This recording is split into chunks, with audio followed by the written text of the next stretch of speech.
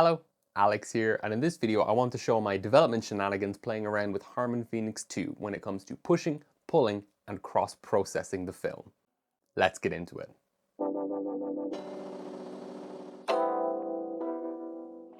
Full disclosure, again, if you've already seen my first impressions video, but Harman Photo sent me a bunch of rolls of Harman Phoenix II to make content in advance of the launch and recently invited me to tour the factory in Mobberley as well, so I thank them very much for that.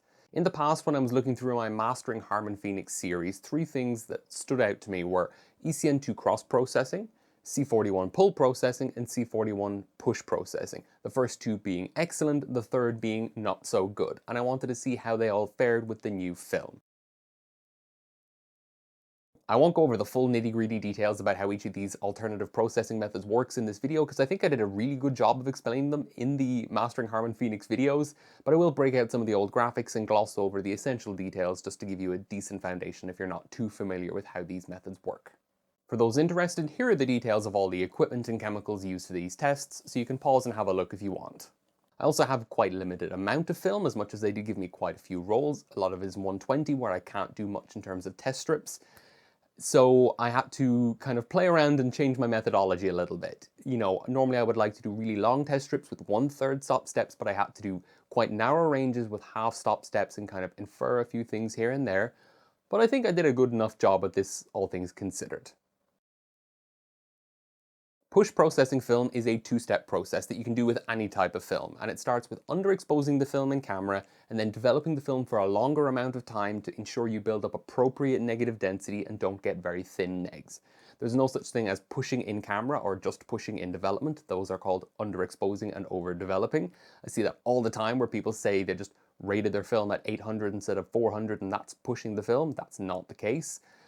And when you push film, you're going to see color shifts and reduced saturation with color film, increased contrast and increased grain with any kind of film, and overall a generally reduced image quality with a raised noise floor and a narrower effective dynamic range. When I pushed Phoenix before, it kind of fell apart. I saw massively increased contrast and grain and crushed resolution, and the film didn't really build density very well when pushing, so you could really only get it to maybe EI 500 or maybe 640 if you were willing to completely abandon shadow detail. So I pushed some Phoenix 2 plus 2 stops, and you can see it does lean cooler and more magenta than Phoenix 1, and the increased exposure latitude means that EI 800 looks less bad than with Phoenix 1, but I wouldn't be going out of my way to say it looks good.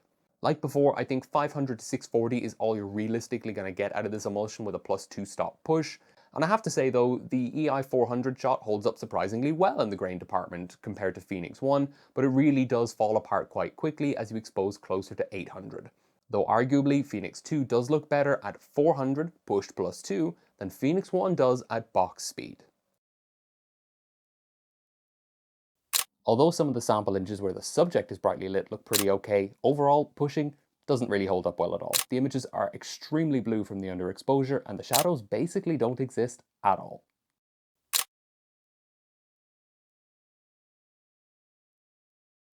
Pull processing, on the other hand, is the counterpart to push processing, and it is also a two-step process. First, you overexpose your film in camera, either using positive exposure compensation or by setting your ISO dial to a lower setting, and then you reduce the amount of time that you develop the film for, making sure you don't end up with overly dense, unusable negatives. When you do this with a color film, you're going to see some level of a color shift, but also reduced saturation in almost all cases, and you're going to have finer grain as well as lower contrast that kind of gives you an effectively higher dynamic range by bringing the contrast of a scene more comfortably within the dynamic range of the film that you're using. When I pulled Harman Phoenix before, I saw that reduced saturation, more halation from overexposure, and much finer grain that kind of hampered the limited resolution of that emulsion less than usual, granting finer resolution of fine details. I pull processed some Phoenix 2 and found that both EI 100 and EI 70 looked quite good. 70 isn't significantly better than 100 though, so I'd stick at 100 just for the extra film speed, and you'll see less halation that way as well because you're not overexposing as much. Compared to regularly developed Phoenix 2, the pull does offer a distinct benefit, and if we compare pulled Phoenix 1 to pulled Phoenix 2, yeah, the difference is huge. The Phoenix 1 almost looks out of focus by comparison, but it actually isn't. I went back and rescanned those images just to be sure. Looking at the highlights, you can see just how much more resistant to halation Phoenix 2 is, and how much better the overexposure part of the pull process is tolerated, with the whiteboard much less blown out and looking a bit more natural. But again, Phoenix 2 still can't quite match the level of something like Kodak's Pro image, even when pulled, at least not yet. And in these sample images, you can see that the pull isn't really quite as necessary, like I said, but it does still give an overall boost to image quality where it never really feels grainy and it is a little bit warmer from the overexposure.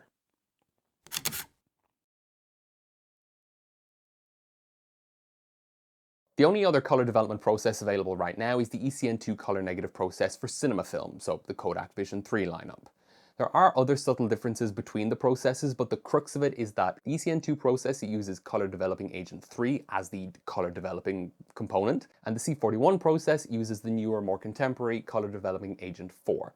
These have different chemical structures, and when these combine with the dye couplers in the film after oxidation during the development process, you result in chemical dyes that have a different chemical structure.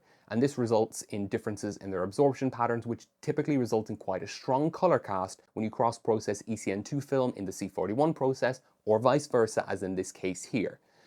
Aside from that, generally with the ECN2 process compared to C41, you will see lower contrast, giving you a flatter, somewhat more muted image, and in some cases you'll see finer grain, but that isn't a hard and fast rule. When I previously cross-processed Phoenix 1 in the ECN2 process, I found that about EI 125 worked well. In my test scene, 100 looked great, but in reality there was a bit too much halation in quite a few scenes. There was also an overall cool or cyan cast, but it was nothing major and it was very easily corrected in scanning. With cross-processing and a little bit of overexposure, I saw an absolutely massive reduction in grain, more than when I was just pull processing in C41, with an overall improvement in both sharpness and actual resolution. Safe to say the ECN2 process was a big deal for Phoenix, and I shot quite a lot of Phoenix that way.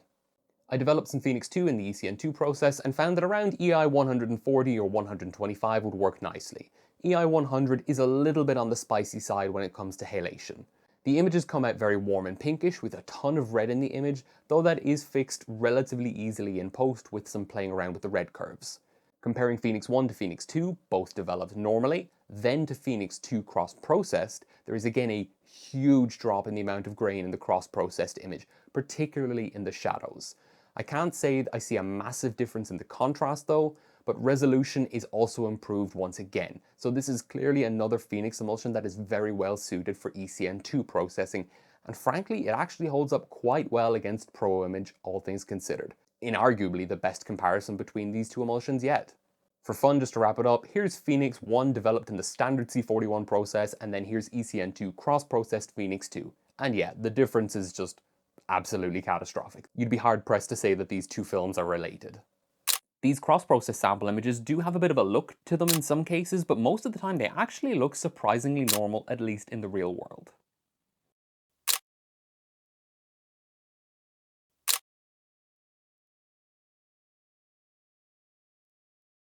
So those are my pre-launch dev shenanigans with Harman Phoenix II.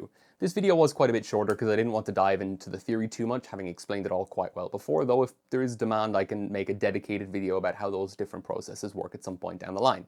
Let me know. Phoenix 2 is still not super amenable to push processing, and I do think EI 500 is the practical limit, though 640 might work. It's better than Phoenix 1, so it's definitely a step in the right direction, but it's really not something I would really be going for with this emulsion. You could probably get a stop out of it and get it up to like 250 to 320, but I wouldn't be going much further than that personally, unless you really want to lean into that, grungy, gritty, grainy look, which to be fair, it does do better than Phoenix 1. Pull processing is another big improvement, though I don't think it's as necessary as it was with Phoenix 1. I was telling people constantly to pull process the original Phoenix and shoot it at 100. With Phoenix 2, I think you can just rate it at 125 or 100 and just pull or develop it normally, and it'll be totally fine. There is a benefit, but because Phoenix 2 is so much better than Phoenix 1, I don't think it's necessarily justified, especially if you don't have easy access to pull processing, which a lot of people don't, to be fair. Push processing is broadly much more available. For home development, it's not really going to make much difference, but it is worth bearing in mind. Do have a look if it's of interest to you and rate it at around 100. EI 100 works quite nicely, but I wouldn't be going out of my way to, find a lab that does pull processing if you're happy with the results just overexposing normally. Then cross-processing, once again, works absolutely amazingly. I don't know what Harman are doing, but their emulsions work fantastically with the ECN2 chemical process. And I would love one day to see, maybe not Phoenix 1 or Phoenix 2, but a film from Harman Photo be released in cinema formats, because I think that could be potentially quite interesting for like more experimental projects, you know, smaller scale or indie stuff, or for a particular creative effect as part of a larger project. Because these films generally perform quite well in the ECN2 process. They just need to figure out the color cast, or develop an emulsion that by pure happenstance looks good in the ECN2 process without significant filtration or work in post, being more practical about it. Either way, the ECN2 process gives vastly better results than the C41 process yet again, with finer grain, somewhat reduced contrast, but not a major difference in my opinion, and again, much higher resolution, making Phoenix 2 a much more amenable and practical option for everyday photography with great, fantastic results. Honestly, just overexposing C41 is probably what I'm going to do with the C41 process going forward. I don't see a massive draw towards pulling, and when I'm doing ECN2 processing, I'm going to take some of those rolls and just drop them in there, and that'll be good enough for me.